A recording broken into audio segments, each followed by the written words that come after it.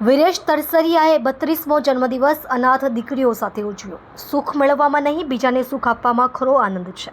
દર વર્ષે અનોખી રીતે જન્મદિવસ ઉજવી રહ્યા છે વિરેશ તરસરિયા। સુરતના યુવા ઉદ્યોગપતિ વિરેશ તરસરિયાએ પોતાના 32મા જન્મદિવસે સામાજિક જવાબદારી સાથે અનોખી ઉજવણી કરી। તેમણે વર્ષ 2018માં કતારગામ વિસ્તારમાં આવેલા એક ફાર્મ હાઉસ ખાતે અનાથ આશ્રમના દિવ્યાંગ બાળકોને મર્સિડીઝ, ઓડી અને BMW કારોમાં ફેરવીને આનંદિત કર્યા અને તેમને ભોજન તથા રમકડાં આપ્યા। તે દિવસે વિરેશભાઈને કંઈક જીવનમાં નવું કર્યાની અનુભૂતિ થઈ। તે જ દિવસથી તેમણે દર વર્ષગાંઠ અલગ અલગ સંકલ્પ સાથે ઉજવવાનું નક્કી કર્યું। વિરેશ તરસરિયાએ જણાવ્યું કે જન્મદિવસે પાર્ટી કરવા કરતાં હું દિવ્યાંગ બાળકો, અનાથ બાળકો સાથે સમય વિતાવીને ખરો આનંદ માણું છું। આ બાળકોની આંખોમાં જે ખુશી હોય છે તે મારી માટે સૌથી મોટી ગિફ્ટ છે। તેમણે વધુમાં જણાવ્યું કે વર્ષ 2015થી ઇમ્પોર્ટ એક્સપોર્ટના ધંધા સાથે જોડાયું છું। વર્ષ 2018 પછી જ્યારે જીવનમાં આર્થિક સ્થિરતા આવી ત્યારથી જન્મદિવસ અને એનિવર્સરી જેવા પ્રસંગો તેઓ જરૂરિયાતમંદો સાથે ઉજવે છે। કોરોના કાળ દરમિયાન પણ તેમણે ઘરે જ ભોજન બનાવી તે બાળકો સુધી પહોંચાડ્યું હતું અને જરૂરિયાતમંદ પરિવારોને રાશન કીટ અને શાકભાજી વિતરણ કર્યું હતું। વિરેશ તરસરિયા કહે છે કે હું માનું છું કે કમાણીમાંથી અમુક હિસ્સો સમાજ માટે ફાળવવો એ આપણે બધાની ફરજ છે। દરેક વ્યક્તિએ પોતાના આનંદના પળો એવા લોકો સાથે વહેંચવા જોઈએ જેમને જીવનમાં ખુશીની તલાશ છે। આજે 32મો જન્મદિવસ વિરેશ તરસરિયાએ અનાથ આશ્રમમાં અનાથ દીકરીઓ સાથે ઉજવ્યો હતો। તેમણે સુરતના નાગરિકોને પણ સંદેશ આપ્યો કે જન્મદિવસ કે એનિવર્સરીમાં ધામધૂમ અને દેખાડા કરતાં જો આપણે જરૂરિયાતમંદને સહાય કરીએ તો જે આત્મિક શાંતિ મળે છે તે કોઈ ભેટ કે પાર્ટીથી નથી મળતી। નમસ્કાર, મારું નામ વિરેશ તરસરિયા છે। 2015માં અમે જ્યારે ધંધાકીય કામકાજ કારકિર્દી ચાલુ કરી ત્યારે જે તે સમયમાં અમોએ સારી એવી સફળતા મેળવી ધંધાકીયમાં। ત્યાર દરમિયાન અમોએ 2018માં અમને વિચાર આવ્યો કે વર્ષગાંઠ અમે કોઈ સારી રીતે અલગ રીતે અમે મનાવીએ। એ બાબતનું મારા મિત્રોએ મને સલાહ આપી કે આપણે આ વર્ષે દિવ્યાંગ બાળકો જે હોય છે કે એ લોકોની સાથે આપણે બર્થડે જન્મદિવસનું સેલિબ્રેટ કરીએ।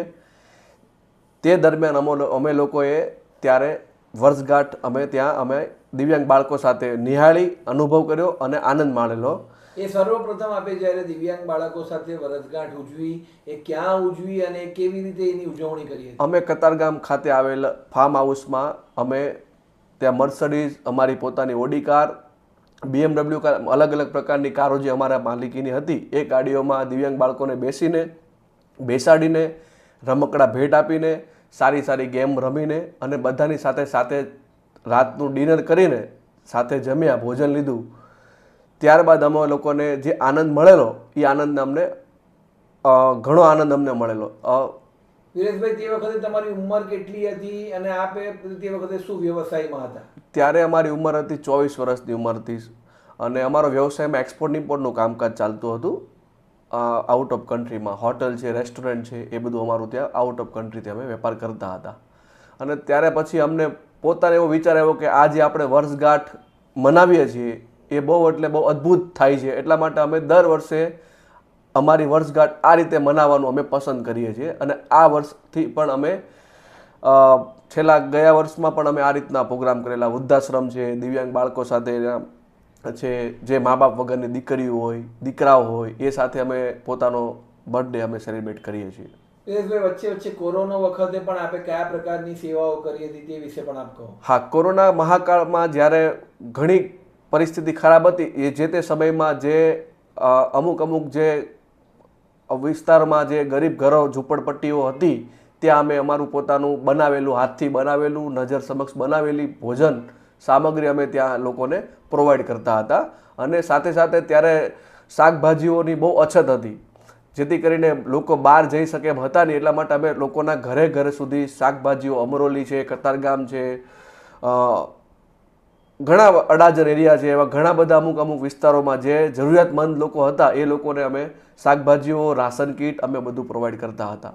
આવા વિચારો તમને ક્યાંથી આવ્યા અને આનો શું મુખ્ય ઉદ્દેશ્ય? આનો મુખ્ય ઉદ્દેશ એવો છે કે જે તે સમયમાં અમે પોતે કમાતા થયા ત્યારે આપણે પોતે સારી એવી કારકિર્દી મેળવી તો અમે જે પૈસા કમાઈએ છીએ તો પૈસાનો અમે સદુપયોગ 5-10% ભેગા કરેલા પૈસાનો અમે સદુપયોગ કરવા માંગીએ છીએ કે જે જરૂરિયાત લોકો છે એની સુધી એ પૈસા અમે વાપરી શકીએ. આજે આપનો કેટલામો જન્મદિવસ છે અને આજે આપણે એની ઉજવણી કેવી આજે મારો 32મું વર્ષ પૂરું થાય છે. આજે પણ અમારો જન્મદિવસ હતો. આજે અમે જે મા બાપ અનાથ આશ્રમમાં અનાથ દીકરી જેવો હતી અને જે દીકરીઓને અમે ભણાવી રહ્યા છીએ એ લોકોના જીવનમાં જે કંઈ બી જરૂરિયાત બધી પૂરી કરીએ છીએ એ બધી વસ્તુની સાથે પણ અમે આજ રોજ અમે અનાથ બાળકો સાથે અમારો જન્મદિવસ ઉજવી રહ્યા છીએ અને આજે પૂરો દિવસ આખોમાં અમે ઉજવવાના છીએ.